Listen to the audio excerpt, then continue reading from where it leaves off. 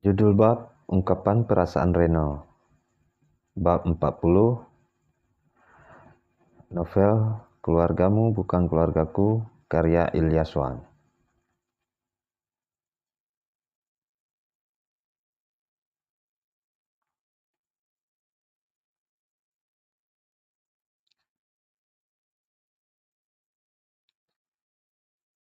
Setelah kejadian kemarin, Pak Bara kembali bersikap ketus. Malah terkesan sangat dingin. Hari ini saja sudah berulang kali aku disuruh merevisi dokumen.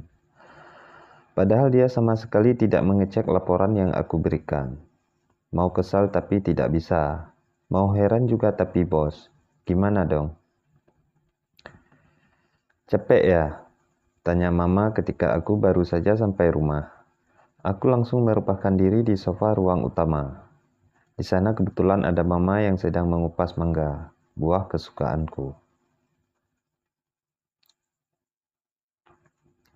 Enak kayaknya, Ma. Mau dong, ucapku seraya mengambil satu potong mangga. Sangat enak, asam manis. Kamu ini asal comot. Ini buat abangmu dan Reno, ucap Mama sambil menepis tanganku.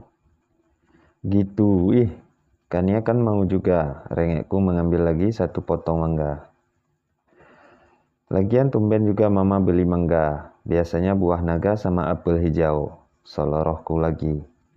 Hampir habis potongan mangga yang ada di atas piring, Mama melihatku dengan tatapan siap menyerang. Aku segera bangkit sebelum genderang perang diluncurkan oleh ibu negara. Aku langsung masuk ke dalam kamar, menyimpan tas kerja dan mengganti baju. Aku memilih mandi dan menyegarkan diri kembali. Sebenarnya aku ingin keluar kembali memakan mangga yang sudah dikupas oleh Mama. Tapi jika mengingat ada Bang Reno di sini, aku jadi risih. Apalagi Bang Ruli sering mengatakan jika Bang Reno menyukaiku. Tapi jika mengingat Bang Ruli sering menggodaku dan mengerjaiku, tidak mungkin rasanya Bang Reno menyukaiku. Secara jika memang benar dia menyukaiku, dia akan mengatakan itu sebelum aku menikah dengan Mas Noval, karena aku sudah mengenalnya jauh sebelum mengenal Mas Noval. Kania, makan dulu, teriak Mama dari luar kamar. Aku mengerjap perlahan, sambil mengucek mata, akhirnya aku sadar. Jika tadi aku sehabis mandi, aku ketiduran. Kania, kembali terdengar suara Mama yang memanggilku. Iya, Ma, Kania turun sekarang, jawabku sambil bangkit dari ranjang. Perutku terasa perih karena lapar, sebaiknya aku juga langsung turun. Sekalian aku mau bilang ke Mama ada perjalanan dinas ke Bali lusa. Aku berjalan menuju ruang keluarga yang disekat dengan lemari kaca besar milik Mama. Di sana ternyata sudah ada Papa dan Mama, dan juga ada Bang Ruli dan Bang Reno. Entah mengapa, aku menjadi sungkan saat bertemu dengan Bang Reno. Entah karena gosip tidak benar yang dikatakan oleh Bang Ruli. Entah karena dia tahu alasannya kenapa aku bercerai dari Mas Noval. Dia terlalu banyak tahu memang masalah pribadiku. Lah turun, gue pikir lu diet, seloroh Bang Ruli sambil menyedokkan nasi ke dalam piringnya. Aku yang duduk di samping Mama memperhatikan tubuhku sendiri. Rasanya aku memang perlu diet. Akhir-akhir ini selera makanku selalu bertambah. Udah nggak usah dengerin abangmu. Kamu nggak gemuk kok, ucap Papa seakan tahu niatku untuk melakukan program diet. Masa sih, Pa? Tapi Kania rasa badan Kania juga udah bulat selama tinggal di sini, sanggahku cepat. Pipiku juga terasa sudah seperti bakpao isi coklat. Iya, tapi Papa bohong, ledek Bang Ruli lagi tergelak. Kali ini dia berhasil menghilangkan selera makanku. Dasar abang laknut. Aku segera bangkit dan ingin pergi ke teras samping yang ada di sebelah kamar Bang Ruli. Tetapi Mama segera mencegahku. Kania, kamu mau kemana? Makan dulu, Mama capek udah masak udang kesukaan kamu. Malah mau pergi begitu aja. Protes Mama sambil menarik tanganku dan menyuruh duduk lagi. Aku lagi sensi, Ma. Gak di kantor, di rumah sama aja, jawabku ketus. Sebenarnya aku tidak masalah jika Bang Ruli mau mengejek bagaimanapun. Karena sebenarnya aku beranjak dari sana karena ada Bang Reno saja. Sengaja aku buat alasan seperti tadi, agar tidak terlalu kentara jika aku meninggalkan meja makan karena ada Bang Reno. Bukan aku ingin menghindari Bang Reno, tapi aku terlanjur malu jika Bang Ruli nanti menggodaku di depan dia. Entah mengapa, sekarang ada perasaan sungkan jika melihat Bang Reno. Padahal dulunya aku biasa saja. Aku duduk memainkan ponsel di teras samping, membuka halaman media sosial yang berlogo biru. Sudah lama sekali rasanya aku tidak mengeceknya. Mataku langsung menangkap status seorang tetangga ibu, namanya Kak Santi. Percuma cantik tapi Hamidun alias hamil duluan. Mending anak saya nikah walaupun sama orang miskin, tapi bisa menjaga marwah keluarga. Aku sangat yakin jika status ini dibuat untuk menyindir ibu. Karena Siska kan hamil di luar nikah. Jika dihitung, mungkin sekarang Siska sedang hamil sekitar 8 bulan. Pantas saja banyak sudah tahu, karena pasti perutnya sudah buncit sekarang. Pantas jika Ibu Santi menyindir ibu dan Siska seperti ini. Karena dulu ketika anaknya Bu Santi menikah, Siska dan ibu juga ikut menyindirnya di halaman Facebook. Katanya percuma cantik, tapi nikah sama orang miskin. Karena yang aku tahu dulu menantunya Bu Santi bekerja sebagai pegawai buruh di pabrik gula. Mataku kembali melihat status Bu Santi barusan. Aku membuka komentar karena penasaran dengan respon netizen. Banyak sekali yang membenarkan ucapan Bu Santi tadi.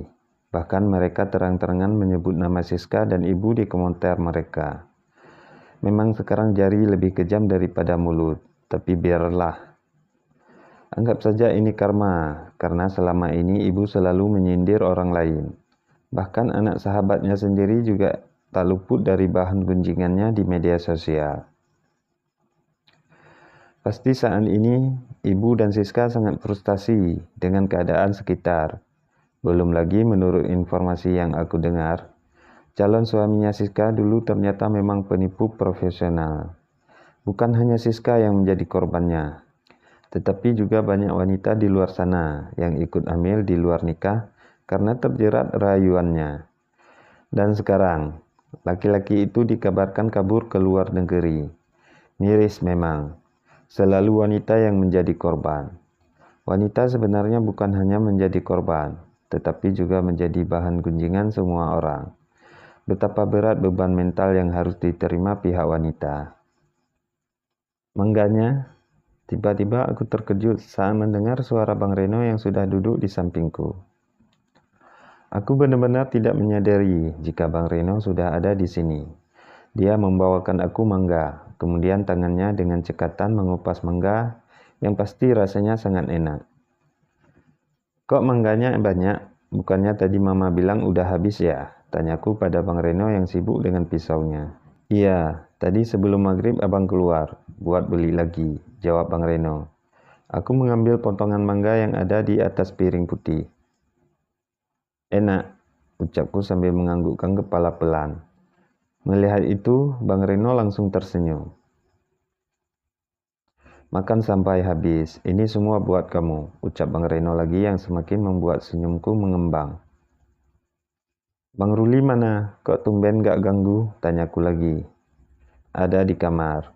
Lagi video call sama anaknya, jawab Bang Reno lagi. Ah, iya. Hening beberapa saat, yang terdengar hanya suara senandung kecilku. Mangga ini bahkan lebih enak dari mangga tadi yang dibelikan oleh Mama. Kania, kamu ada rencana menikah lagi nggak? Tanya Bang Reno tiba-tiba. Aku berhenti mengunyah, mencerna pertanyaan Bang Reno barusan. Aku belum tahu Bang, tapi untuk saat ini belum. Aku masih mengejar cita-cita dulu.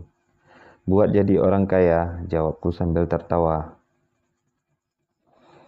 Kenapa tanya gitu Bang? Tanyaku balik. Kembali aku mengambil potongan mangga dan menyuapkan ke dalam mulut.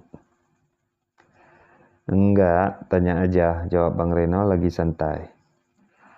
Harusnya tuh aku yang tanya, kenapa sampai sekarang abang belum nikah juga? Tuh Bang Ruli udah punya utun. Selorohku tergelak. Abang nungguin kamu, jawab Bang Reno seketika membuatku terdiam. Hampir saja aku batuk, tapi sekuatnya aku tahan. Aku seketika bangkit dan melihat ke arah pintu kaca penghubung dengan ruang tengah. Memastikan tidak ada Bang Ruli atau siapapun itu. Aku juga melihat sekeliling, memastikan tidak ada kamera tersembunyi. Kamu cari apa? Tanya Bang Reno penasaran. Aku kembali duduk dan menatap Bang Reno tajam. Kalian pasti sedang mengerjaikannya, kan? Pasti bentar lagi pas muka Kania senang mendengar pernyataan suka dari Bang Reno, Bang Ruli bakalan datang sambil tertawa terpingkal-pingkal. Karena kalian berhasil ngerjain Kania, ya kan? Tanyaku memincingkan mata ke arah Bang Reno. Karena aku tahu bagaimana sifat asli mereka sebenarnya. Walaupun aku sudah tua dan bahkan sekarang sudah menjadi janda sekalipun, di mata mereka aku tetap bocah kecil yang selalu harus ditindas. Kania, dengar, abang serius. Tegas Bang Reno menatapku dalam. Aku tercekat, bibirku terasa beku. Tidak tahu harus mengucapkan apa lagi. Kania, kamu tahu, perasaan ini sebenarnya sudah ada sejak lama. Hanya saja dulu abang terlalu naif untuk mengungkapkan. Sampai suatu hari kamu dilamar oleh orang lain. Saat itulah abang merutuki kebodohan ini. Tapi sekarang, Tuhan kembali memberi kesempatan buat abang menyatakan semua ini. Please, ini nyata, rasa ini sungguh Kania. Ucap Bang Reno lagi yang semakin membuat tubuhku panas dingin. Jika sudah begini, aku harus bersikap bagaimana?